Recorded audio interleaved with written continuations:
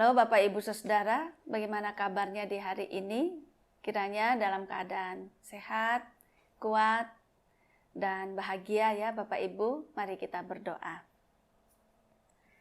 Tuhan, terima kasih Engkau hadir senantiasa dalam kehidupan kami, memimpin kami melewati segala macam hal. Dan itu sungguh Tuhan memberikan kepada kami untuk semakin percaya kepada Tuhan dan mengandalkan hidup kami kepada Tuhan. Kami akan membaca firman-Mu, kami mau belajar dari salah satu tokoh di dalam Alkitab. Kami mohon Tuhan menolong kami. Terima kasih dalam nama Tuhan Yesus kami berdoa. Amin. Bapak Ibu Saudara, saya mengajak kita untuk membaca hanya satu ayat dari Injil Tuhan Yesus Kristus menurut Yohanes pasal 3 ayatnya yang ke-30.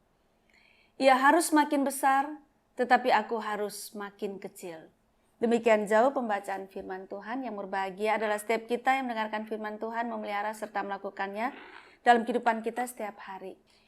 Bapak Ibu, saudara yang dikasihi Tuhan Yesus Kristus, Bapak Ibu pernah perhatikan ketika kita ini merayakan Natal, apakah pernah ada contoh kalau main drama, apakah pernah menampilkan sosok Yohanes Pembaptis atau menonjolkan dia?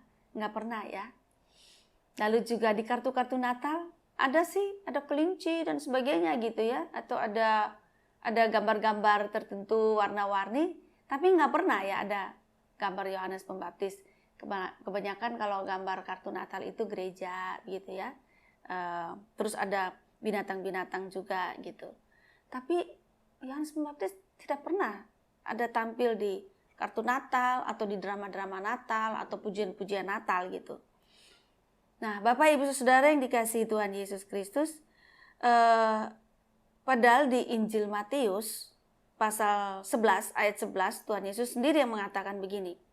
Sesungguhnya di antara mereka yang dilahirkan oleh perempuan tidak pernah tampil seorang yang lebih besar daripada dia.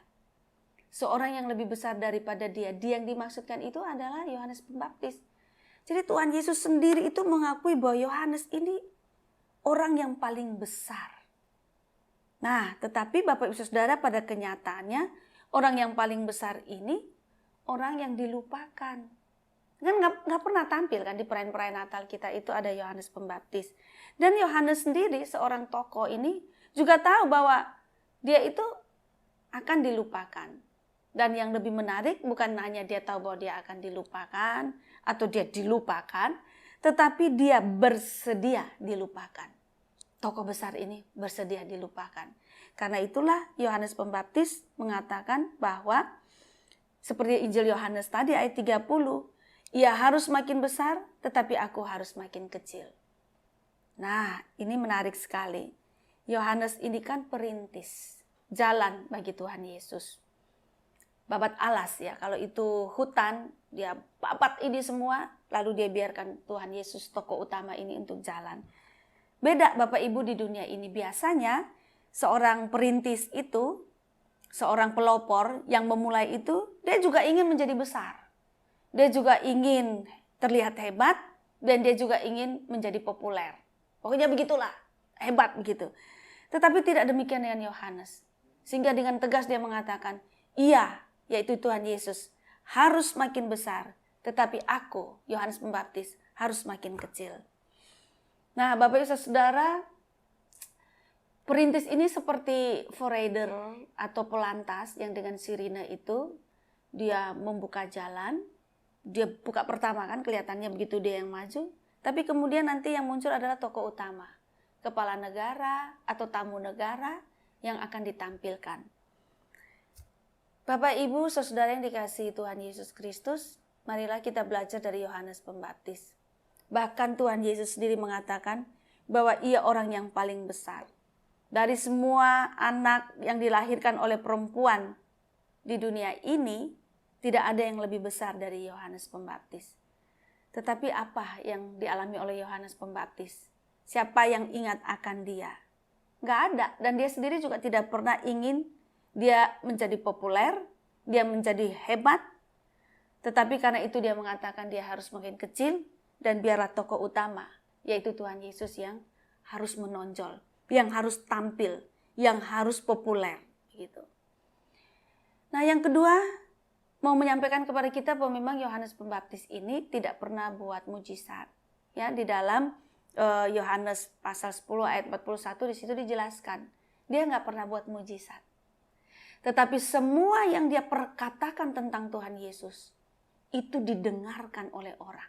Dan itu membuat orang menjadi percaya kepada Tuhan Yesus. Bahkan dikatakan bahwa Herodes Antipas, raja yang galak itu, dikatakan mendengarkan Yohanes. Nah pertanyaan, di mana letak kepeloporannya atau kebesarannya Yohanes Pembaptis ini? Letaknya itu pada jiwanya yang memiliki sifat-sifat kepeloporan. Jadi kepeloporannya itu, jiwa kepeloporannya itu yang membuat dia menjadi besar. Ya dia sadar bahwa dia hanya memelopori saja, bukan dia yang utama. Dan tidak perlu diingat juga, apapun pengorbanannya, kebaikannya. Karena memang yang harus tampil adalah Tuhan Yesus. Dan karena sikapnya ini, orang jadi datangnya kepada Tuhan Yesus. Bapak Ibu, kita belajar dari Yohanes Pembaptis. Apapun perbuatan baik kita, ya kepada siapapun, bagaimanapun, kapanpun, kita nggak usah berharap untuk kita diingat, untuk kita menjadi besar, nggak usah. Biarlah perbuatan baik kita, tindakan-tindakan baik kita, tindakan-tindakan mulia kita, membawa orang datang kepada Kristus Tuhan kita, membawa orang percaya kepada Tuhan Yesus, membawa orang percaya bahwa ada Tuhan yang baik, Tuhan yang senantiasa bersedia untuk menolong, Tuhan yang senantiasa memperhatikan orang yang membutuhkan. Jadi semua perhatian kebaikan kita itu bukan membawa orang melekat pada kita, tetapi biar orang melihat Tuhan. Orang datang kepada Tuhan. Ya, melihat Tuhan di dalam kita, melihat kuasa kasih sayang Tuhan dalam kita, dan orang datang percaya pada Tuhan. Itu yang dilakukan oleh Yohanes Pembaptis. Perkataan-perkataan dia itu semua didengarkan oleh orang-orang, dan orang-orang itu akhirnya percaya kepada Kristus. Biarlah Tuhan Yesus yang besar dan kita makin kecil. Tapi kita terus berbuat baik. Dan biar terus juga orang datang kepada Tuhan. Tuhan menolong kita. Amin. Tuhan, biarlah kami juga memiliki jiwa yang besar seperti Yohanes Pembaptis. Semua yang kami lakukan membuat orang datang kepada tokoh utama, yaitu Tuhan Yesus. Dan biarlah Tuhan Yesus semakin besar dan kami semakin kecil.